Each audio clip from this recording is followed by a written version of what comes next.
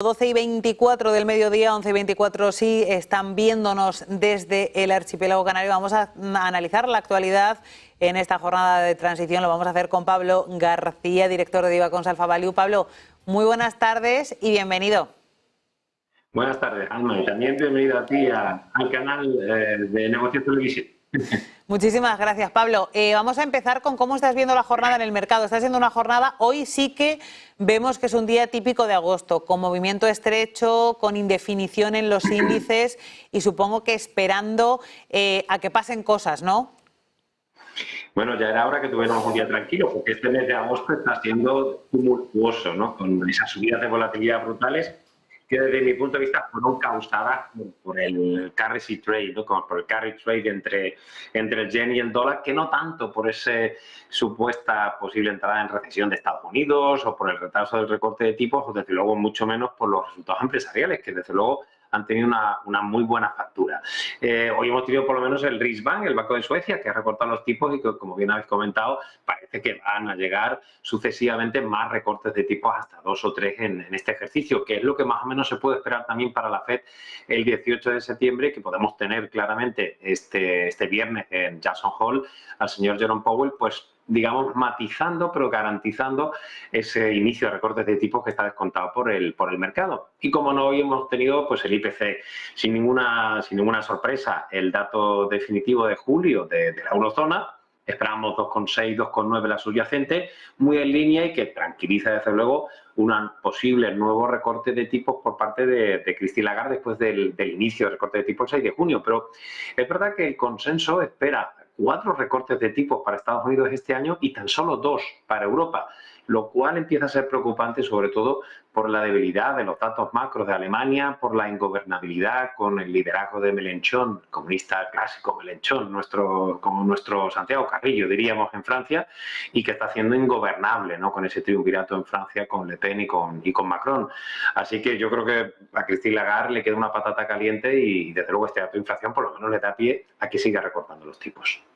Un dato de inflación que, como dices, da pie a que se recorten los tipos. Hoy los bajaba el Banco Central de Suecia, así que vamos a enfocarnos ya en Jackson Hole. No sé hasta qué punto mañana las actas de la FED van a dar alguna clave, pero te quiero preguntar sobre si Jerome Powell tiene que dar alguna clave en su discurso del viernes o da igual lo que haga porque el mercado descuenta lo que va a pasar. Bueno, yo creo que yo he respaldado mucho la discusión de Jerome Powell, ha sido muy criticada por quizá ese retraso. Es verdad que podíamos ya tener perfectamente 25 puntos básicos de recortes, ¿no? Con una inflación en julio en el 3% y la subyacente en el 3,2%, justificaría sobremanera un recorte de tipos.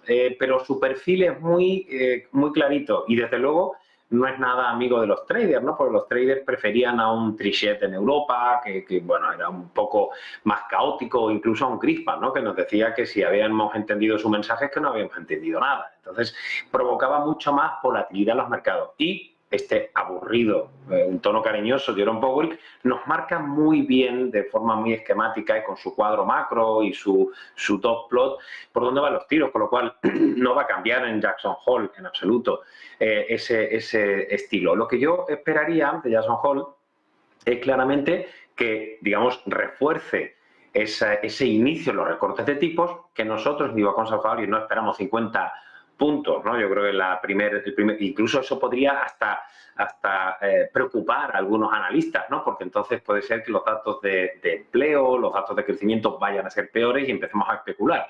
25 puntos básicos, y eso es lo que debe no matizar, pero sí, digamos, apuntalar en Jackson Hole desde mi punto de vista, Jerome Powell.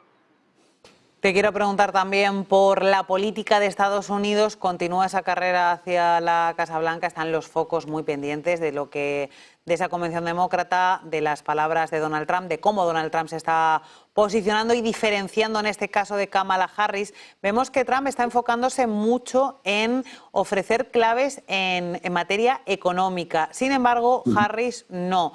Te quiero preguntar si el mercado tiene ganas de que gane Trump o está esperando a Harris. Bueno, siempre los republicanos suelen ser más promercado, que se suele decir, y Donald Trump como empresario agresivo, aguerrido y un poquito rimbombante, y lo cual donde los haya, pues suele gustar más. Pero es que se ha echado un poquito de tierra, ¿no? Es verdad que Kamala Harris tiene un perfil distinto, pero ha incluso propuesto aumentar la tasa de impuestos de sociedades al 28%, y dice como plan para generar ingresos y financiar sus iniciativas presidenciales. Claro, es que los niveles de deuda norteamericanas, hoy en nuestro diario de mercados lo poníamos, están disparados, es decir, se les ha ido de una forma extraordinaria y eso hay que financiarlo de alguna forma. Estamos en máximos de deuda y en cuestión de 2 años hemos subido, digamos, esa cuantía de los intereses de la deuda norteamericana. Abro un paréntesis, también pasa lo mismo con economías domésticas y con digamos, empresas, ¿no? Lo que pasa es que, claro, que esto lo tenemos que pagar por impuestos. Si nos subes el impuesto de sociedades al 28%, hombre, los inversores o el mercado a eso no le va a gustar la propuesta demócrata. Así que, bueno, entre la señora Harris y Donald Trump, a priori los mercados le gustaría más Trump. Lo único es la beligerancia que tiene, ¿no? Y cómo ha sido muy agresivo con sus socios de cara a financiar la OTAN, ¿no? Diciéndoles que ellos eran como una especie de empresa militar que había que subvencionarles si querían que fueran protegidos. Eso se lo ha dicho incluso a Taiwán, ¿eh? O sea, que no solo se lo ha dicho a los socios, digamos, más clásicos de la OTAN europeos, a los que siempre les ha pedido un incremento en gasto de defensa. No lo sé, yo creo que no hay tantas diferencias, pero desde luego esto último, esta perla de Kamala Harris sobre el impuesto a sociedades, desde luego no va a hacer muchos amigos en Wall Street. Hablando precisamente de Taiwán, hoy se ha inaugurado esa fábrica de Taiwán Semiconductores con otras compañías en Dresde, en Alemania. ¿Cómo posiciona eso en la carrera hacia el liderato de los semiconductores a Alemania en particular y a Europa en general? Bueno, fue una propuesta de la Unión Europea, auspiciada por Alemania, el incremento de nuestro peso en el sector de la industria de semiconductores. Es verdad que tenemos grandes empresas, sobre todo de Países Bajos, como son ASML, ASM Internacional, y después tenemos en Alemania Infineon y tenemos STM, digamos, ítalo-francesa, ¿no? O sea que, bueno, es verdad que tenemos, pero la producción siempre se hace fuera, ¿no? Y si hay problemas desde el punto de vista de cadenas de suministro, lo hemos visto con el COVID, tuvimos grandes deficiencias, ¿no? Para autos, para el sector aeronáutico, que todavía hay problemas en la cadena de suministro. De hecho, el profit warning que hizo Airbus hace ya unos meses fue precisamente por eso, ¿no? Es decir, lo que queremos es garantizarnos el suministro, ¿no? Y bueno, tenemos grandes empresas, como he dicho, de semiconductores y esa inversión enorme y muy interesante para Taiwan Semiconductor, pues es un ejemplo de que Europa llega tarde, siempre con ese retraso clásico, pero se están haciendo las cosas bien, ¿no? Yo creo que es una buena iniciativa y bueno, pues intentar acercarnos en esta carrera tan importante no solo por los semiconductores, pero también en concreto por la inteligencia artificial. Y luego te quiero preguntar por materias primas y por metales preciosos. Tenemos a un petróleo que cede posiciones con la mirada puesta en Oriente Próximo y con un cierto acercamiento para un alto el fuego. Veremos cómo continúan hoy las conversaciones en el Cairo. Te quiero preguntar por la evolución del crudo. ¿Cómo la ves? Bueno, la verdad es que esas negociaciones entre Netanyahu, los norteamericanos y a ver qué dice Hamas y el escondido Irán, por supuesto, es que les parece el acuerdo de alto el fuego, pero parece que Netanyahu está dispuesto a dar el visto bueno, ¿no? Esa propuesta de paz. Es positivo, obviamente el precio del crudo está claramente por debajo de $80 barril, 77, 75 ahora mismo.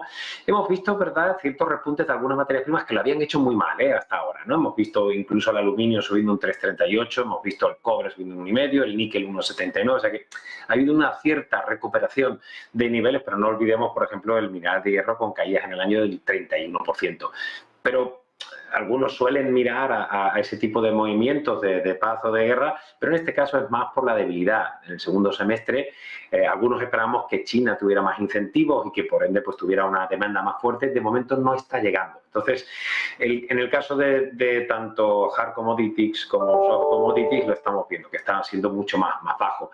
Y en el caso del petróleo, pues la verdad es que hacía unos días que parecía que repuntaba con fuerza, pero bueno, en este caso sí que creo que los traders han estado vendedores a corto plazo porque parece que podría llegar ese acuerdo de paz por el cual los israelíes estarían bastante más propensos a firmar. Vamos a ver lo que dice Hamas. Vamos a seguir precisamente muy de cerca todas esas negociaciones. Tenemos a Anthony Blinken, como decíamos, en el Cairo, dispuesto a intentar mediar entre las partes. Tenemos en tiempo real al barril de Brent cotizando en los $77, al tipo West Texas de referencia en Estados Unidos, pues lo tenemos con una cotización en los 74, por debajo de los $75 el barril. Y luego te quiero preguntar por el oro, que sigue marcando máximos tras máximos, $2.560 la onza, subida cercana al punto porcentual. No sé, me preguntaba ayer si es el momento de tomar, de recuperar posiciones, no, ¿dónde está el límite?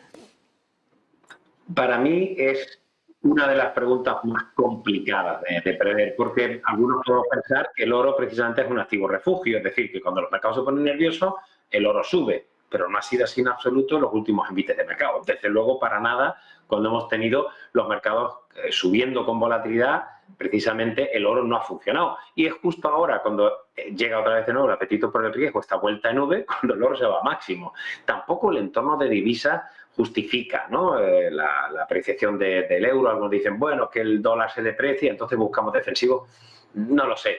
Para mí no hay explicaciones válidas a ese respecto. Algunos dicen que están más preocupados y que la crisis, va a haber una crisis importante, una desaceleración fuerte en Estados Unidos, y entonces prefiero protegerme con el oro. Francamente, yo creo que todos los comentarios son perfectamente válidos, pero no hay una explicación digamos, unívoca o un concepto muy claro que respalde esta subida del oro. A mí, personalmente, me sorprende, ¿no? No hemos comprado oro pensando que a lo mejor esta recuperación de los mercados, este apetito por el riesgo, iba a hacer que el oro reculara hacia los $2.400 a onza, y está a 2.523. Así que la explicación, para mí, mucho más complicada de todo lo que estoy viendo. Algunos dicen que China está comprando mucho oro, pero es que últimamente, los 2 últimos meses, las compras de oro han sido menores, ¿no? Es decir, para mí, complejo, ¿no? Y quizá el dólar es lo único que puede explicar esas últimas depreciaciones que bueno, se compensen con la subida del precio del oro. Pues Pablo García, director de Diva Cons Alfa Value, un placer compartir contigo estos minutos. Muchísimas gracias y sigue disfrutando del verano. Gracias, Ana. Adiós. Y ahora vamos con una pausa publicitaria y volvemos a contarles la última hora de lo que está pasando en este martes 20 de agosto.